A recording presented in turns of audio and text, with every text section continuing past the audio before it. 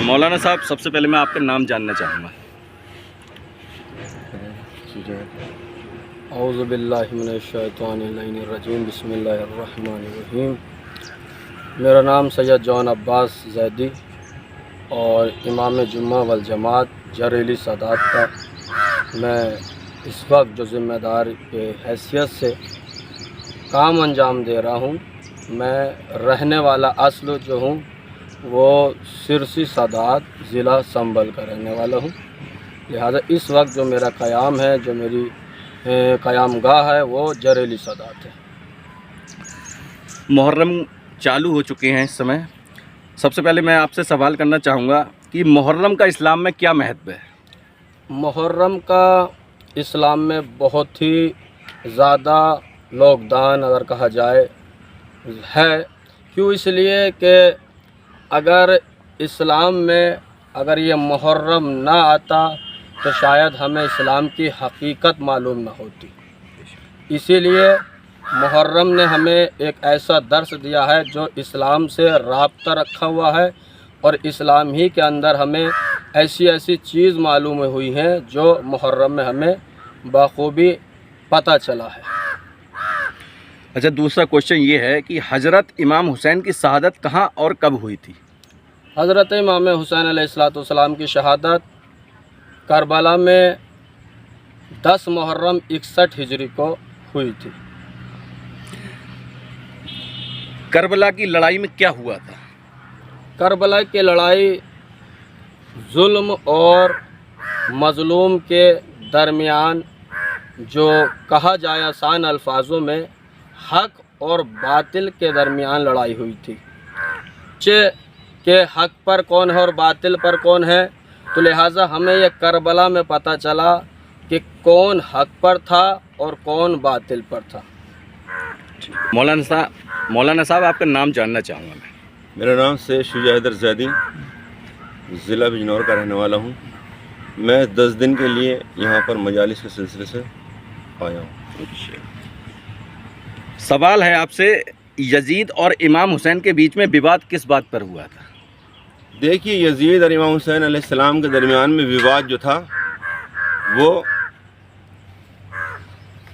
ستیہ اور اہنسا کا راستہ امام حسین کا تھا۔ یزید چاہتا تھا کہ جو ہنسا کے راستے پہ تھا، ظلم کے راستے تھا، بربریت کے راستے تھا، وہ چاہتا تھا کہ جس طرح اور لوگوں کو ڈرا دھمکا کے پیسے کے زور پہ، تلوار کے زور پہ اس نے اپنی پارٹی اپنے خیمے میں کر لیا تھا۔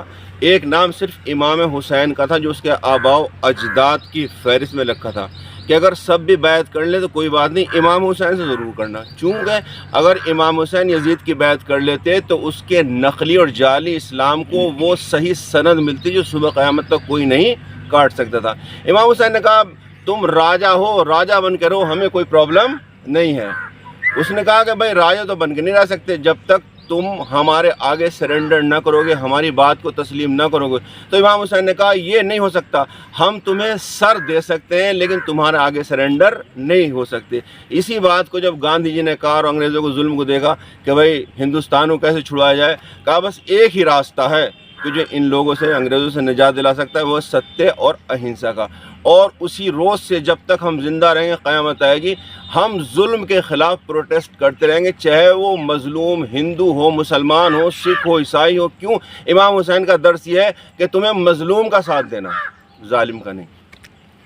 اچھا، ایک سوال اور ہے آپ سے، محرم کے 10ویں دن یعنی عاشوراء کو کیا خاص ہوتا ہے؟ عاشوراء خاص یہ ہوتا ہے کہ چونکہ کربلا میں جنگ ہوئی تھی، جو لوگ امام حسین علیہ السلام کے گروہ کے قتل ہوئے تھے، انہیں یزید کا جو آرمی تھا، ملٹری تھی، ان کے لاشوں کو دفنایا نہیں گیا تھا۔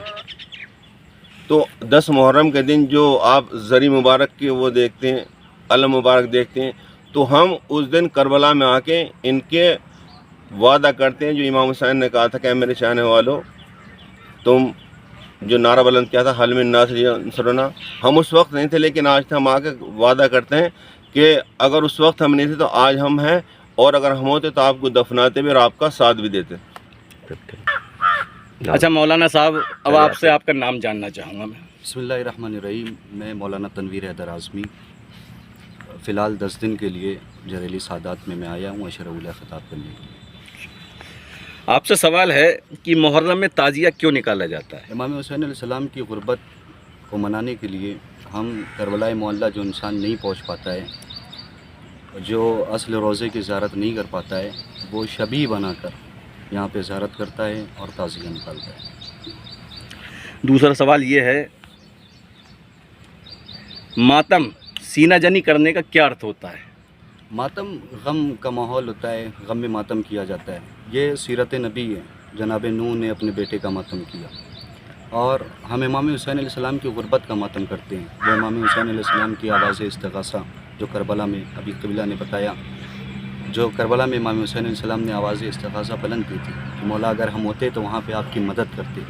جتنے ظلم امام حسین علیہ السلام پہ ہوئے ہیں، ان سارے ظلم کو یاد کر کے ہم امام حسین علیہ السلام پہ گریہ کرتے ہیں، ماتم کرتے ہیں۔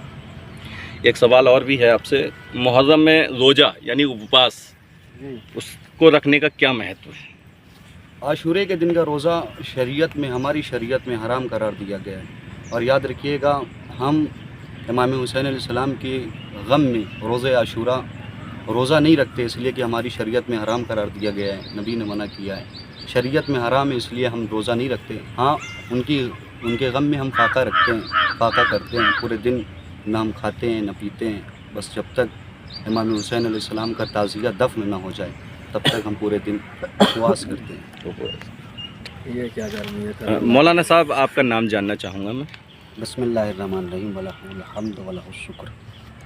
میرا نام شیخ رئیس عباس، جو جلال پور ضلع امبیڈکر نگر سے آتا ہوں، اور میں اس وقت عشرہ اولیٰ خطاب کرنے کے لیے جریلی سادات میں حاضر ہوں۔ اچھا مولانا صاحب آپ سے سوال ہے، امام حسین کی قربانی سے آج کے سماج کو کیا سیکھ ملتی ہے؟ امام حسین علیہ السلام کی قربانی فقط ایک کسی فرقے اور قوم پرستی کے لیے نہیں، پورے عالم اسلام کو ہے، پورے اس جتنے بھی انسان اس دھرتی پہ ہیں، اس دنیا میں ہیں، تمام انسانوں کو سبق ملتا ہے کہ کبھی بھی ظالم کے سامنے اپنے آپ کو سر جھکانا نہیں چاہیے، کبھی بھی ظالمین کے سامنے اپنے آپ کو سر تسلیم خم نہیں کرنا چاہیے، بلکہ ان کے سامنے ڈٹ کر مقابلہ کرنا چاہیے، اور ان کا جواب بالکل جواب دینا چاہیے جیسے ہو سکے، اور جس طریقے سے ہو، تقریروں کے ذریعے ہو سکے تقریروں کے ذریعے دیا جائے، تحریروں کے ذریعے ہو جائے تو تحریروں کے ذریعے دیا، ہر چیز جائے اس کا جواب دینا چاہیے، سر تسلیم خم نہیں کرنا چاہیے۔ دوسرا سوال یہ ہے، کیا کربلا کی گھٹنا کیول ایک دھارمک وشے تھا یا مانوتا کی لڑائی تھی؟ کربلا کی جو جنگ ہوئی ہے وہ صرف ایک فرقے کی نہیں ہوئی ہے، بلکہ یہ حق اور باطل کی جنگ تھی۔ یہ صرف یوں کہہ دیا جائے کہ شیعہ لوگوں کی جنگ تھی یا مسلمانوں کے لیے جنگ تھی، یہ نہیں، بلکہ حق اور باطل کی جنگ تھی۔ یہاں پر انسان پہچانتا ہے کہ حق کدھر تھا اور باطل کدھر تھا۔ مولوی صاحب آپ کا نام جاننا چاہیں گے؟ میرا نام سید بشیر علی زیدی، میں جریلی سے تعلق رکھتا ہوں، یہیں کا رہنے والا ہوں۔ اچھا کربلا کی جو گھٹنا تھی اس میں محمد صاحب کی جیت ہوئی یا یزید کی جیت ہوئی؟ اس میں محمد مصطفیٰ صلی اللہ علیہ وسلم کی جیت ہوئی، اور اس بات کی دلیل یہ ہے، اگر کربلا جو واقع ہوئی تھی سن 61 ہجری عاشور کے دن امام حسین علیہ السلام نے اپنی شہادت پیش کی، اور شہادت پیش کرنے کے بعد اسلام کو بچایا، اور اسلام کو بچنے کی دلیل یہ ہے، اگر اسلام زندہ ہے، اسلام بچا ہے، تو مسجدوں سے اللہ اکبر جو صدا آ رہی ہے وہ امام حسین کی وجہ سے آ رہی ہے۔ آج جو روزہ ہے، نماز ہے، حج ہے، زکوٰۃ ہے، جو انسانیت ہے، وہ امام حسین کی دین ہے۔ امام حسین علیہ السلام نے اپنے 71 ساتھیوں کو لے کر کربلا کے میدان میں وہ قربانی پیش کی، جس کے ذریعے سے آج عالم اسلام پر جو انسانیت ہے وہ امام حسین کی دین ہے، امام حسین کی وجہ سے ہے، اور یہی وجہ ہے امام حسین علیہ السلام کربلا کے میدان میں جیتے تھے، جو انسانیت ہے اور جو مسجدوں سے اللہ اکبر کی صدا آ رہی ہے۔ جاننا چاہیں گے کہ محرموں میں مسلمانوں کے لیے کیا سندیش دینا چاہیں گے ہمارے چینل کے مادھیم سے؟ دیکھیے، محرم کے مادھیم سے ہم تمام مسلمانوں کو، تمام انسانوں کو ایک ہی پیغام دیں گے کہ انسان کو ہمیشہ ستیہ اہنسا کا ساتھ دینا چاہیے، اور ظالم اگر اپنے گھر سے تعلق رکھتا ہے تو ساتھ دینا چاہیے۔ اگر ہم ستیہ اور اہنسا کا ساتھ دیں گے تو ہم امام حسین کا ساتھ دیں گے،